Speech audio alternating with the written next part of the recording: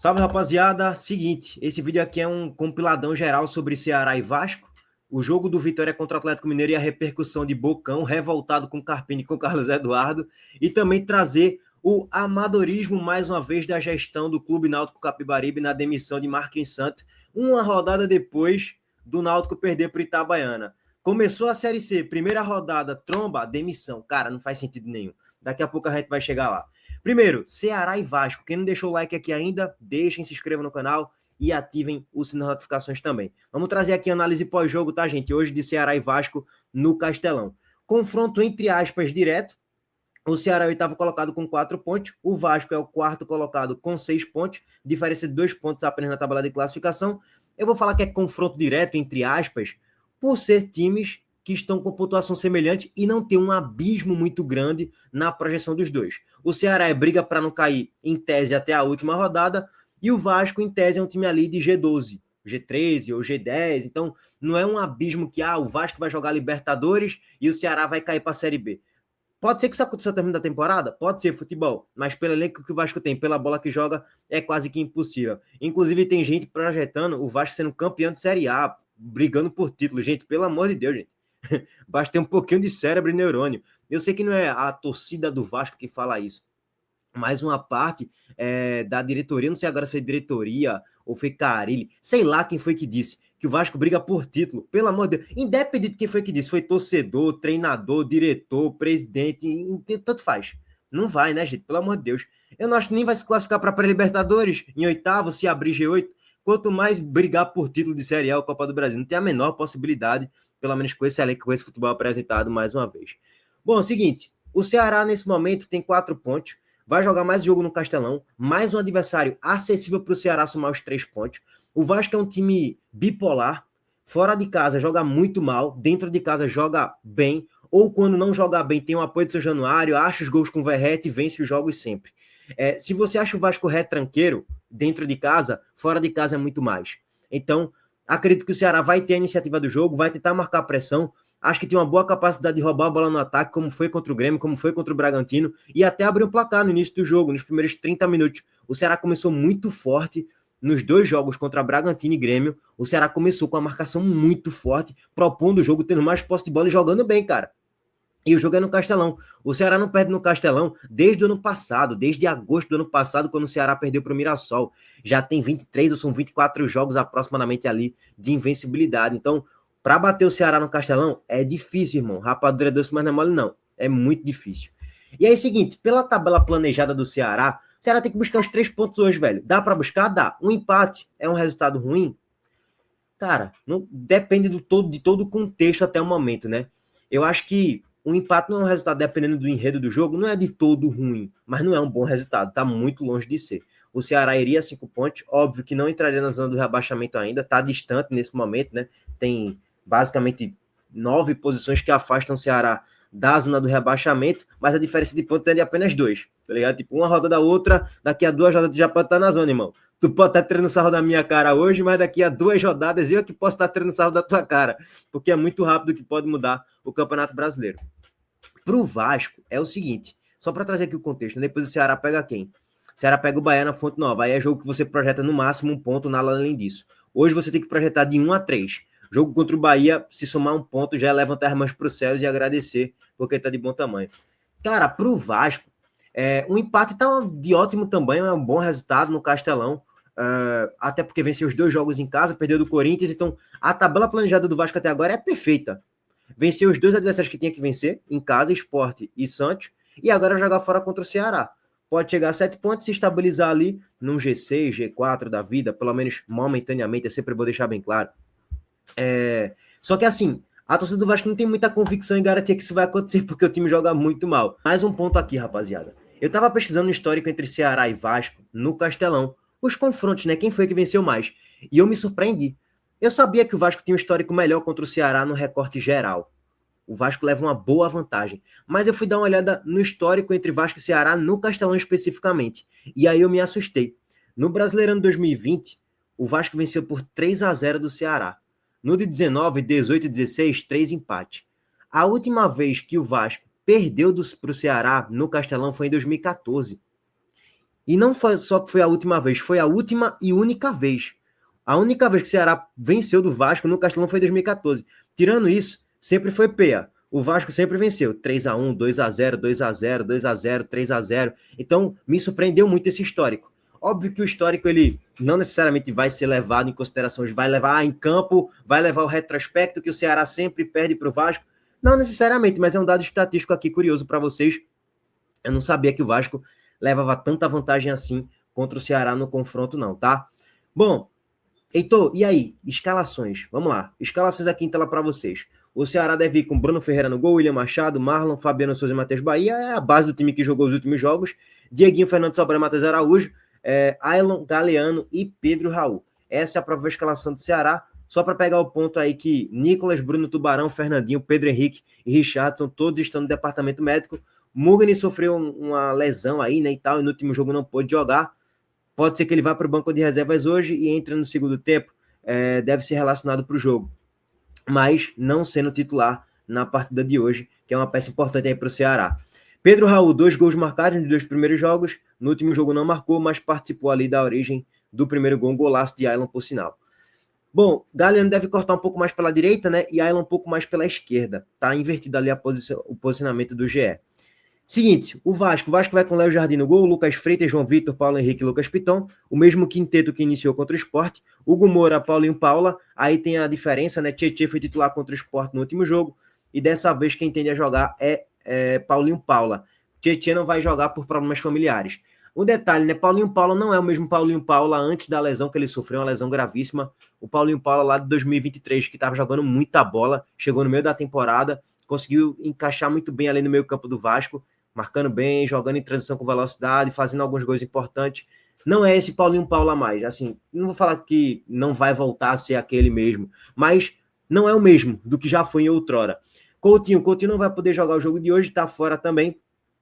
Coutinho tá fazendo um processo de controle de carga. Maurício Lemos, que é zagueiro e que seria titular em tese no lugar do Lucas Freitas, também não vai jogar por fratura na costela, tá lesionado aí. Pumita teve o nascimento da filha, Estrela e Davi estão no departamento médico, tá, gente?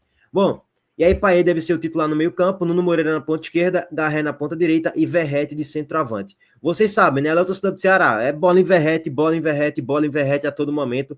90% dos gols do Vasco saem da mesma forma, bola em Piton, bola em Nuno Moreira, o Vasco sempre tenta achar espaço no 2 contra 1, no mano a mano, para fazer esse cruzamento para Verrete, sempre. Aí você coloca um volante chegando ou um ponta-direita chegando nas costas do zagueiro do lateral para deixar a dúvida e a bola sempre ir para Verrete, sempre ir para Verrete, sempre ir para Verrete, de olho nele. É o cara do Vasco, pô, não tem para onde. É o artilheiro da competição, inclusive, com 3 gols marcados, fez 2 contra o Sport no último final de semana, fez gol contra o Santos em São Januário também.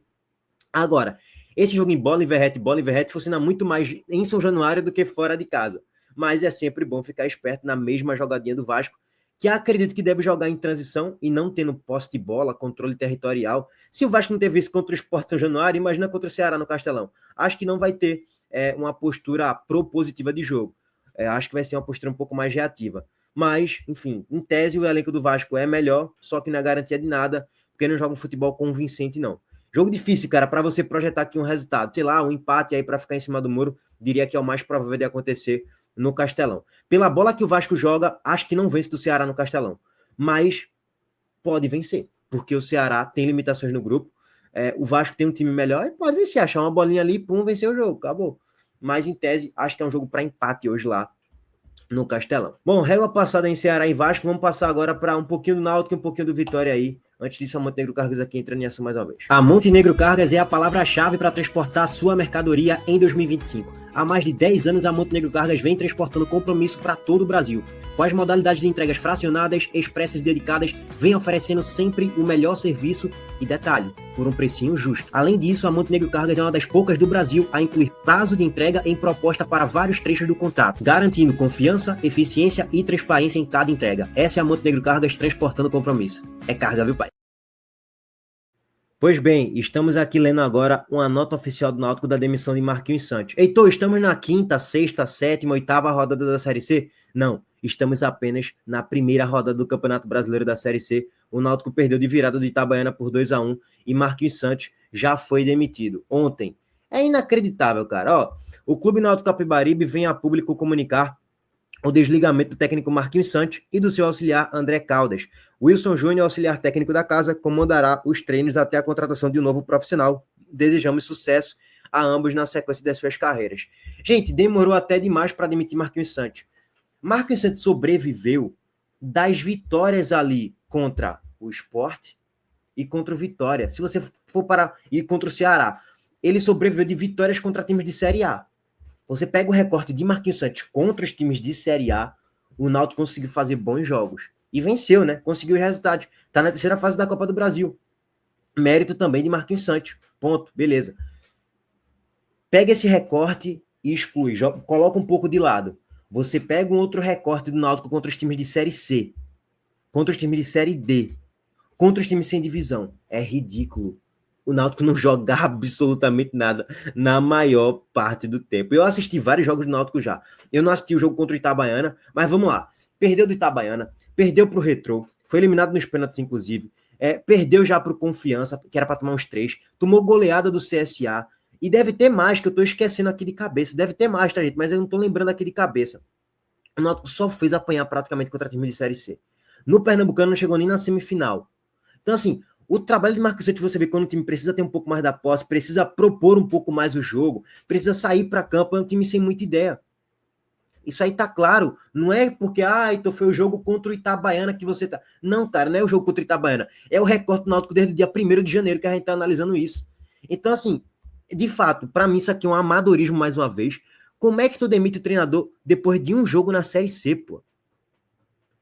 Se é para demitir Marquinhos Santos, demite antes de começar a competição, porque aí tu traz um treinador para ter 1, 2, 3 semanas de preparação, pelo menos, para trabalhar com o grupo, para conhecer os jogadores, para saber o posicionamento de cada um. Pô, esse aqui eu posso utilizar um pouco, posso testar ele de ponta, ou esse aqui não, esse aqui é centroavante, esse aqui é meio, esse aqui é volante. Então o técnico que chegasse 2 semanas atrás, 3 semanas atrás, iria fazer um mapeamento do grupo muito melhor e poderia indicar outras contratações, porque a janela ainda estava aberta e tal.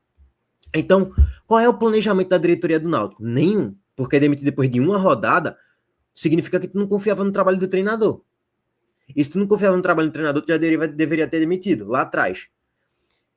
Se tu confiasse mesmo no trabalho do treinador, tu deixaria ele pelo menos mais 2 jogos. Pelo menos mais 2 jogos, até a terceira rodada, para ver no que é que ia dar. Mas, enfim, é assim que funciona o futebol brasileiro, tá, gente? E o amadorismo das gestões. Não faz sentido nenhum essa demissão de Marquinhos Santos na primeira rodada. Bom deixar bem claro. Deveria ser demitido antes, lá atrás. Ou espera mais um pouco. Tipo o famoso deixa o homem trabalhar mais um pouco. Vamos ver o que é que ele vai conseguir arrumar nos próximos 2, 3 jogos. E aí daqui a 2, 3 jogos tu avalia um pouco melhor. Mas na primeira rodada, pelo amor de Deus. Bom, régua passada de Marquinhos Santos, já estão especulando aí Hélio dos Anjos de novo no Náutico, né? É inacreditável. Vamos agora finalizar aqui. Bocão revoltado com Vitória. Olha aí. Paz e algo irritante. É muito irritante esse time do Vitória. Ele é irritante. Ele foi um time valente. Você vê Mateuzinho dando raça, o Jamerson jogando o que podia e não podia. Aí vai o time, ele aí mexe. Quando eu olho pro banco, eu vejo Carlos Eduardo. Meu Deus. Quando eu olho também pro banco do Sport, eu vejo Romarinho, Carlos Alberto, meu Deus, isso é muito ruim, gente. Não é pouco, não, é horroroso, velho. O banco do Sport do Vitória é ridículo. Ele vai botar Carlos Eduardo no jogo. Meu Deus. O que é que esse cara vê em Carlos Eduardo? Não tem condições desse Carlos Eduardo jogar, não tem condições. Vitória jogando contra o Atlético, faz 2 gols, sai na frente 2 vezes, filho. Você bota Carlos Eduardo, ou Fábio Mota, você deixou botar Carlos Eduardo, tire da relação, rapaz, é algo... E o cabelo dele tá bonitão, viu? Ele fica pistolaço, o cabelo dele já vai pro espaço, irmão. Inacreditável isso, eu tô preocupado. Tem alguma coisa aí, que vocês têm que dizer. Esse time foi valente, ensinou o Bahia a ser valente, porque não adianta ter milhões, Everton Ribeiro, Caio não sei o quê e tal, e jogar tirando perna e mirar só pau. Esse time foi valente. Agora, a mudança que esse cara faz, a paixão que esse sujeito tem com o Carlos Eduardo, Carlos Eduardo quer ir embora, esse sujeito não deixa. Vai embora, Carlos Eduardo, vai embora, não. Ele vai ficar, ele vai ficar. E o cara entra no segundo tempo, é um desastre. Contra o Fortaleza, 70 mil pessoas lá dentro.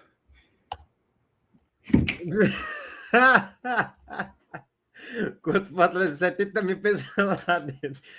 Tem que ganhar, meu irmão. O que vale para o Sport amanhã vale para o Vitória. Tem que ganhar. Beleza, aqui não tem nada perdido, ninguém caiu para a Série B ainda, tem muito campeonato. Confronto difícil do Vitória e do Sport nos primeiros 3 jogos. Dito isso, tem que ganhar amanhã. O Sport tem até mais obrigação do que o Vitória de ganhar amanhã. Mas isso é um debate para amanhã, tá, rapaziada? Abraço para todos vocês, deixa o like no vídeo, se inscreva no canal e ative as notificações. Valeu, gente.